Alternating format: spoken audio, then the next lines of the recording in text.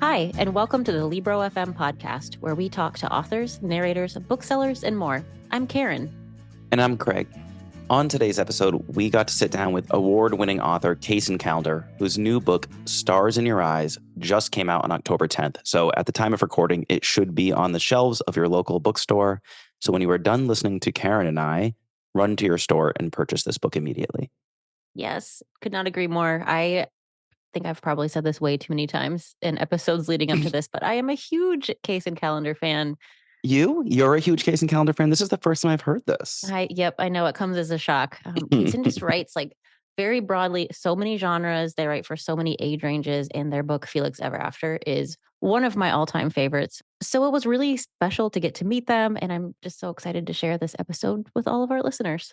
Yeah, this was my first Kacen Callender book, and it did not disappoint. I knew that you were a huge fan, so when I am done recording this intro-outro, I have more Kacen to read. Speaking of Kacen Callender, I will play a clip of their new book before we roll the interview, so stay tuned for that. Yes, and be sure to stick around afterwards. We have some very, very, very exciting announcements about our upcoming episodes of this podcast. Spoiler alert, we got to meet some people live and can't wait to share that content with you. So stick around. And if you haven't subscribed to the podcast, be sure to do so that you'll be notified about future episodes.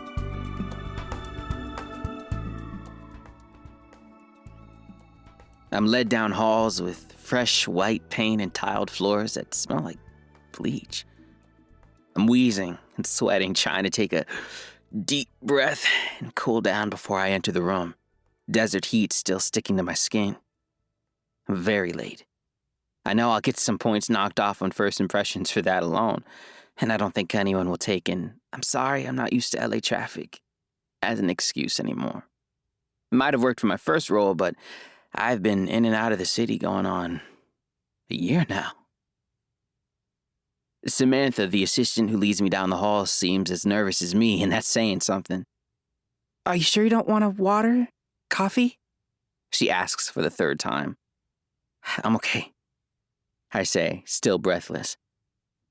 I catch her looking at me, gaze flitting away quickly, and I realize, oh yeah, I'm supposed to be famous. I'm still not used to it. Love Me Dearly was released about 6 months ago, and after the promo tour ended, I wasn't prepared for this kind of everyday attention.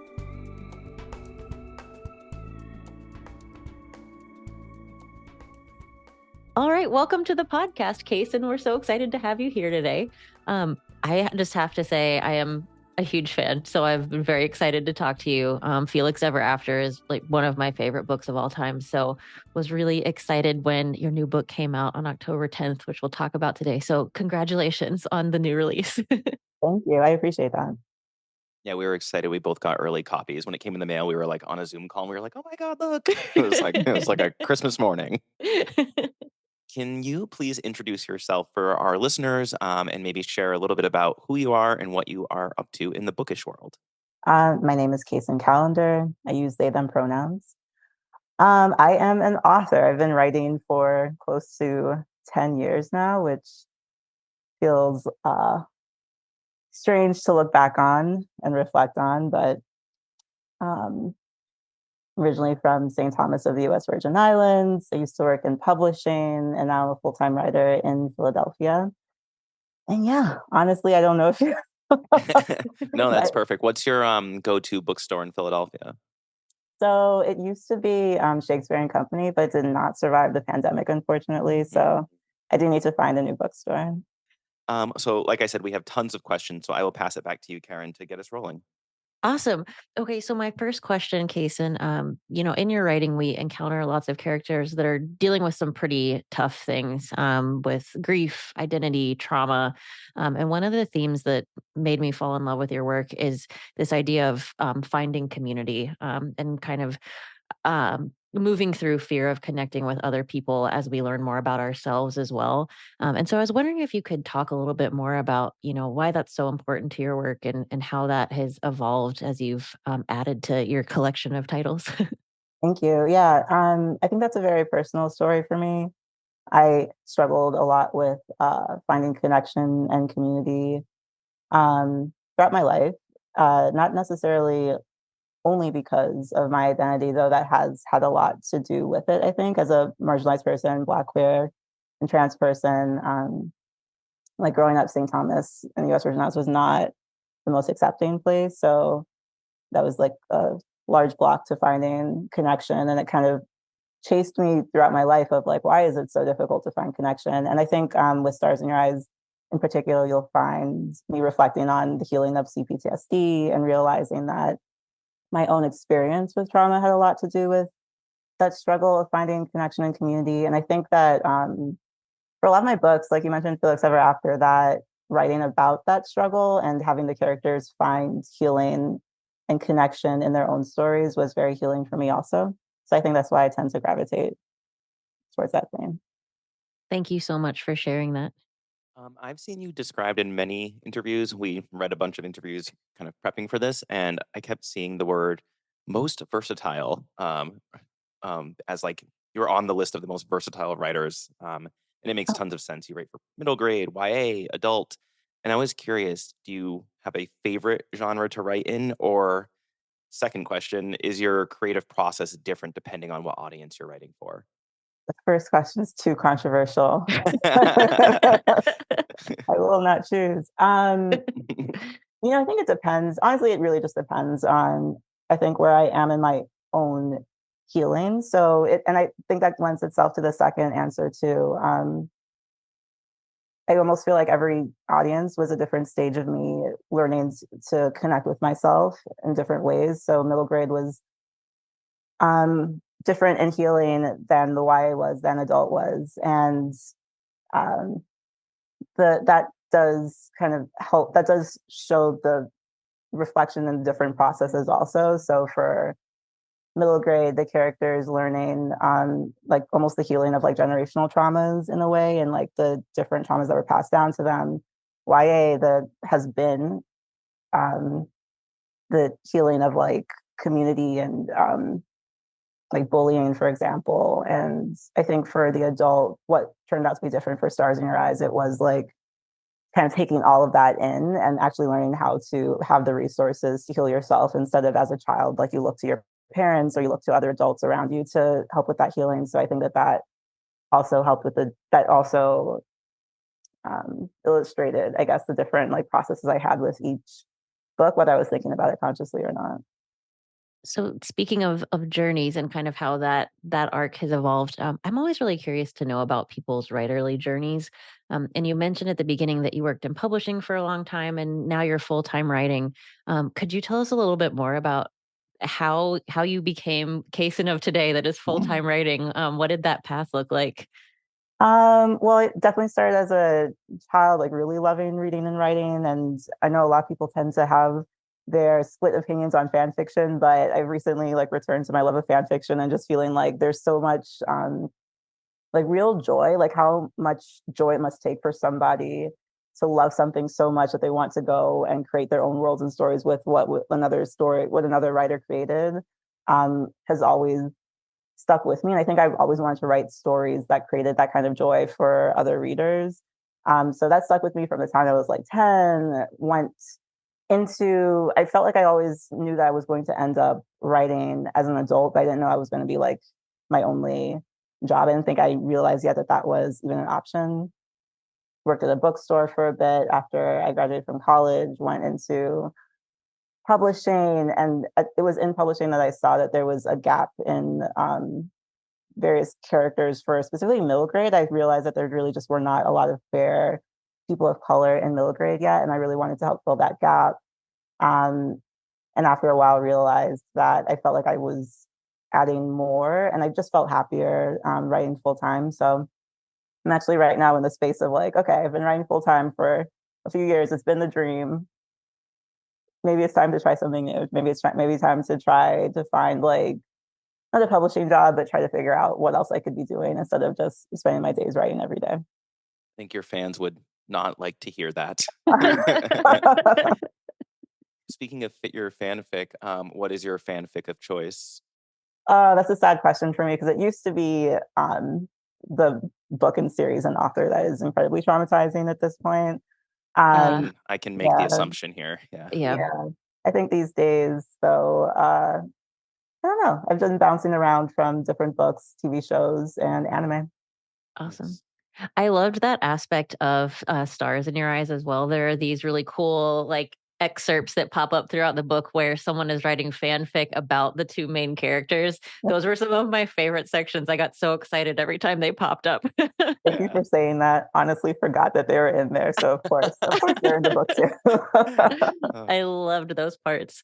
Um, one other question on your writing journey. So, do you feel like your time in publishing has impacted how you write or what your process looks like? Because I think I saw that you were doing editing as well, and I'm just, do you have to like turn that part of your brain off when you're writing your own your own stuff? Absolutely. I think it was very helpful at times to be able to know what an editor, like I worked under Alvina Ling, who was at my favorite, like all-time editor working in publishing. So that was such a exciting time for me. But to be able to hear her specific thoughts on different stories and manuscript was super helpful to be like, oh, Alvina would probably say this about this particular like part that I wrote. So I was able to learn a lot, but it was definitely difficult as an editor. By the time I had left, I was an associate editor, sitting in on what we would call publishing committee meetings. It's been a few years, so I'm sorry if I'm saying that incorrectly, but that was basically the time when like the publisher, heads of sales, marketing, everyone, all the editors were sitting around a table and discussing whether they wanted to buy a book, what were the pros and cons of it. So whenever I come up with an idea, I feel like I have a miniature publishing committee meeting in my head saying, oh, but they would not appreciate like this setting. Oh, this is not like what's hot right now in the YA world. And it's really difficult to turn that part off and just let myself write whatever it is I really want to write. Gotcha. oh, that's so interesting. Like, Yeah. uh, um, so I want to move into book bannings briefly here.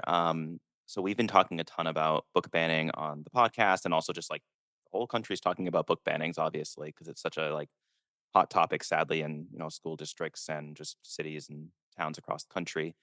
Um, and anyone that follows your work will know that a lot of your books have been challenged in different states across the country. And I guess the question is, I'm just curious what that's been like for you and what your involvement in that has been, as someone that's their titles have been facing that so much.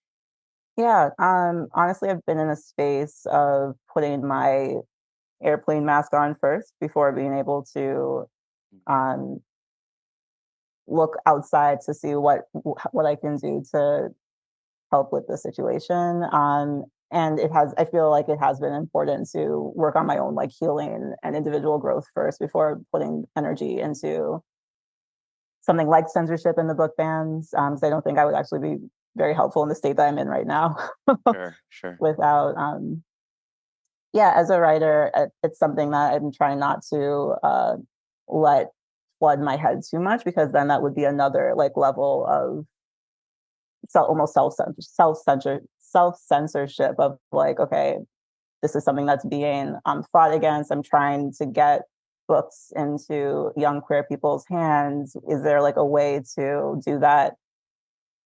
Um, that would be like a loophole around all the censorship that's happening now. It's like I think it's probably better as a writer to try to put all of that aside as I'm writing so that I can write the book that is authentic to what the reader would want and what I want as a writer and what the characters are experiencing. So That as makes well as a total writer sense. I and an mean, individual person, I'm not really sure I can handle the topic at the moment. Yeah. yeah, totally. You already have that committee in your head, and then there's the censorship thing, and you're just trying to write. Like, ugh. Yeah.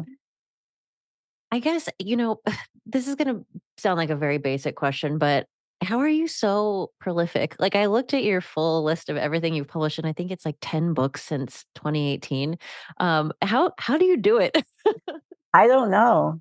I really don't. And that's why I'm about to take a break. Good for you. Good for you. um, yeah, I think it was honestly, I feel like there was some survival mode connected to that where it's like I just have to write as quickly as possible, as much as possible. Similarly to I'm forgetting the term when people like burnout. I feel like I was putting myself into a space of burnout because I thought that I had to whatever, like tell myself I had to get to a place in my writing career by a certain point, and now I'm finally realizing, oh, that wasn't true, and it's time to take a nap. Yes, naps are very important. And I saw so Infinity Alchemist, I believe, is coming out this winter in 2024 from Tor. Is there anything that you're able to share with our listeners about the new book? Um, Not at the moment. Still working on. I'm working on the sequel at the moment, so I think my brain's a little frazzled. It's like trying to jump between the two books. For the first book, yes, I can share that. Maybe the summary. That'd be great. Yeah. Um, Basically, Infinity Alchemist is about a world where alchemy is considered the science of magic. And the main character, Ash, has been wanting desperately to study alchemy, but in order to do so, you have to be accepted at a notable college called Lancaster College of Alchemic Sciences. It's not accepted. And instead, he is seen illegally practicing alchemy by an apprentice professor at the college, where he instead ends up working. And he is pulled into a scheme by that professor to find what is called the Book of Source, which grants its reader incredible power. And of course, it becomes a large competition between him and other alchemists to find the book. There we go. That was my first time, I think, saying the I summary out love loud. it. I'm like smiling so Me big. too. I'm so I'm the excited. literal like take my money gif right now. Like, Thank you guys. oh, that sounds amazing. Um, just to pivot to audiobooks before we get into some sillier questions, because it's our job here at Libro to talk to you about audiobooks, obviously. I was looking back at like your catalog, and it seems like most of your books have been narrated by a single narrator, but Stars in Your Eyes had a full cast. There was like 9 names. Mhm. So I won't read them all now. Go look it up. Go buy this book. And I was just curious, like, why the decision to do that, where that's not been the typical. And I guess just what was that experience like working with so many people? So as the author, I do tend to take more of a back seat for the casting decisions. Usually someone comes to me and says, hey, we're thinking about hiring this person. And I listen to the different cast tapes, recordings, tapes. It's not the 90s anymore. They send them to you on cassettes in the mail. Let me get my Um, Walkman. yeah. And then usually I give my opinion on like the few people that are put forward. This time the producer had the idea to have like this large cast for all these different voices. And I was like, that's exciting. You know, I myself personally was like, I can't take credit for it, but it did sound like a really exciting idea. And I have loved seeing like a lot of the excitement from different listeners, I guess, from, Yeah. I think it just came out really well. Yeah, it sounds amazing. Yeah. Awesome. Okay, Kacen, the next segment we have in store for you, we call this the lightning round. And we have, I think, 5 or 6 questions, Craig, that we are just going to rapid fire at you. These are not necessarily book related. Yeah, you don't have to think too hard about them. It's just supposed Don't to. tell me that. I'm a Virgo. I'm an overthinker. So I'll try not to. All right. So first one, who was your favorite author when you were middle grade aged? A. Applegate, I think is her name, the author of Animorphs. Oh yes, I love Animorphs. Yeah. What sound do you find the most comforting? The white noise machine. No, the sound of rain actually is very comforting. Both at the Yes. same time on my white noise machine app on my phone. Awesome. I am obsessed with white noise. Yeah, Can't fall asleep without it. same. Um, do you eat breakfast? And if so, what is your go-to breakfast item? I have Special K and honey literally every single day. Nice. I'm actually a little concerned for my health. Sometimes I'm like, is it possible to eat too much honey? What is your favorite piece of clothing you've ever worn? There is like a very comfortable, huge, oversized black sweater that has pockets that I love a lot. Awesome. Mhm. What was your dream job as a kid? Although you sort of already answered this, I think, earlier. But Yeah, if I had known writing full time was an option, I would have said that. At the time, though, I actually really wanted to be a veterinarian. Awesome.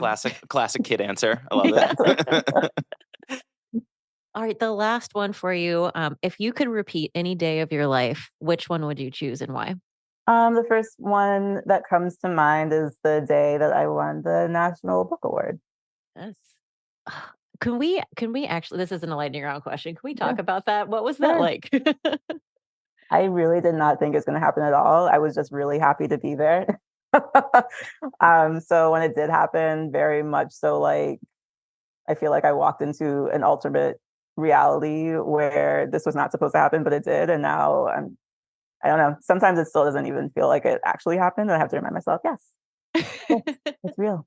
Did you get a physical award? Like, is there like on a shelf behind I you did. somewhere?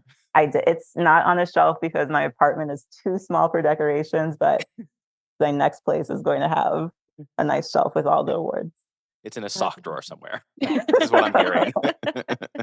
You said the quiet part out loud. Well, our kind of last big question for you, Kason, our listeners and our teammates always want to know what you are reading right now, what you've been enjoying, any recommendations that you have. I have been reading the sequel to Black Sun, which have y'all read that Yep. or listened to it? It's really incredible. I'm trying to remember what the title is. I think it's Fevered Star. Okay. I just, when the first book came out, blown away by the story, the plot, the characters, the gorgeous writing. And to this day, I'm like, I feel like not enough people know about this. I feel like this book is the next fifth season. Like, I feel like it's in the same category, and I don't know. Anyway, I'm just gushing at this point. But so I'm right at the beginning of the sequel and enjoying it. Awesome. Awesome. I haven't started the sequel yet. One of our coworkers read Black Sun Mhm.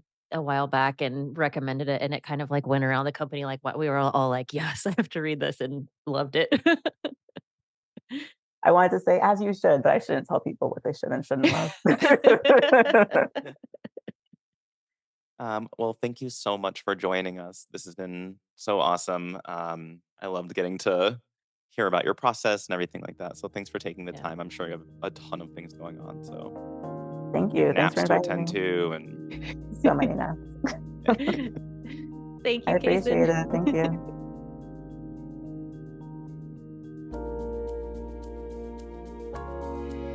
you. Thank you so much for listening to the interview, everyone. We really hope you enjoyed it. I'm very glad Craig edited out the part where we said our final goodbyes to Kason, because I think I said, I'm your biggest fan like 3 times. So do you thank think you. that I edited that out? I actually Yes. I replayed it like multiple times in a row and have like a big echo effect. Yeah. You better not. You better not. Okay, now that I'm embarrassed, I would love to know what you are reading and enjoying right now. Oh, I thought you'd never ask. I just finished 2 books. One in print and one on audio. One that I liked and one that was acceptable. I'll Oh, start with the no. Okay. acceptable one. It is called Hitchcock's Blondes: The Unforgettable Women Behind the Legendary Director's Dark Obsession. Ooh, with a title like that. I know, I was intrigued. By Lawrence Lemur. It's not that I didn't like it. I did learn new interesting things. I think I might just not be the target audience. I've read many a book about Hitchcock and his films. This is a very good book if this is your first foray into that territory. It is basically a film by film breakdown of all the blonde actresses he worked with and why he was a bad man. Gotcha. I see. So it's great if you don't know a lot about that. It's a very good like 101 lesson, but I'm a ridiculous person who's read probably like 4 or 5 Hitchcock books. So to me, I was like, I know all this already. And it spends a lot of time giving like the synopsis of each film. And I'm like, I've seen these movies already. So I think it's my fault. I think the book is probably fine. I think for me, I just wasn't the audience. I But I see. did learn some interesting things. The other book that I just read, and you'll get a kick out of this because this book on audio is like 2 hours and 20 minutes. Oh. Did I 100% sort by length and choose a short book because it is November? Yes, I did. Busted. Yes. So this is Night of the Mannequins Ooh, by Stephen Graham Jones. love Who it. you must be familiar with. I am. From My Heart is a Chainsaw, et cetera, et cetera, et cetera. It is like Goosebumps, basically. It reads very much like a Goosebumps book. Basically, there's high school kids and they've found a mannequin in the woods and they had the best summer ever when they were young. And now they're getting older and they're in this weird phase between childhood and adulthood, and friends are drifting apart. And they want to play a prank with this mannequin. And basically, all hell breaks loose after that. It It sounds is great. murdery and supernaturally, maybe, question mark. It's great. It was a fun little read, a little Well, novella, if you will. It's great for that's a padding your numbers. that's a great recommendation. That sounds right Yes. up my alley too. So I will Yes. absolutely check that out. It's quite bloody. Okay. Yeah. What about you? What are you reading and enjoying or finding acceptable right now? I just finished a book today that I've been reading for like the last week. It is a nonfiction book, a collection of essays by Kate Kennedy, who is the host of the podcast Be There in Five, which is very fun. And her book that's coming out in January is called One in a Millennial on Friendship, Feelings, Fangirls, and Fitting In. And I absolutely loved this book. I had a NetGalley that I was reading on paper, and then I've also been reading Just a the little humble brag audiobook. there. No, I just What if am I trying mentioned to I had a net galley of this? I'm trying to help people avoid your situation where you go to the bookstore and ask for unreleased books. Wow, So you I'm you just turned that around right quick on me. That's just fair. That's making sure fair. people are clear this isn't quite out just yet, but it's so good. It is just very well written. She's so smart. And it's some of the most relatable content I've come across in a long time. There are so many experiences from my growing up as a now elder millennial female that I didn't realize I genuinely didn't realize were shared experiences that were so ubiquitous amongst people my age. I'm going to put you on the spot and ask for an example. Like, what was one of your favorite essays about in this collection? Um, well, this isn't an individual essay, but there is much talk of American Girl doll culture that's peppered throughout almost all of these essays. Lots of music references. We've got some Spice Girls. We've got some Casey and JoJo. We've got some boy bands. It's just all of the Was this glory book of written for you? felt like it. Felt like it. Yeah. But it's just so funny and just brilliantly written. And it also goes into a lot of really challenging topics as well, about what she's experiencing later in life and Mm. how her childhood has impacted her. So I really just can't recommend it enough. I believe it comes out in January of 2024. So be sure to keep an eye out. That sounds amazing. I am assuming as also a elder millennial, I Yeah, will find some commonalities in that. So I look forward to reading that. I don't have a net galley, so I'll have to wait like the rest that's of the not the rest true. of Gen Pop here. That's absolutely not true. You boasted about it when you got the new V.E. Schwab book. So that cover is blown.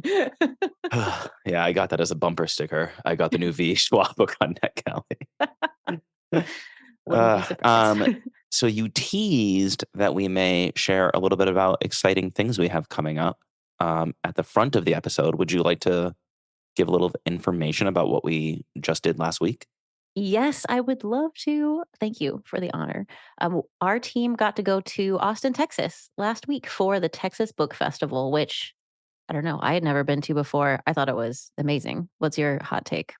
That was amazing. It was just like they cordoned off like 6 blocks with just tents and tents and tents of books and book loving Yeah. people and author signings and talks. And we had the honor of hosting a green room for the authors in a very fancy building.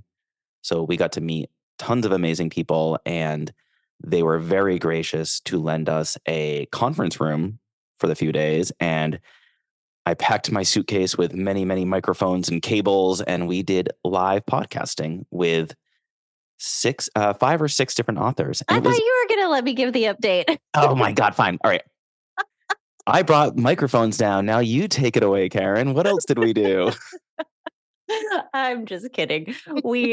You already said it. We got to interview 6 wonderful authors.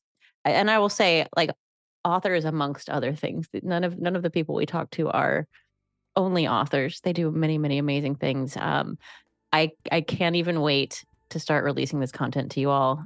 You may have seen a teaser on our Instagram. One of those people may or may not be Stacey Abrams. I don't know if I'm allowed to say that, but I did, and it was on Instagram. So I mean, there it's you on. go. She posted it on Instagram to her 2 million followers. So I think it's the cat's out of the bag.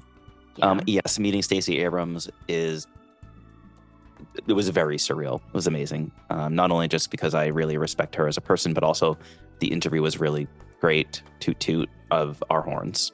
It was very.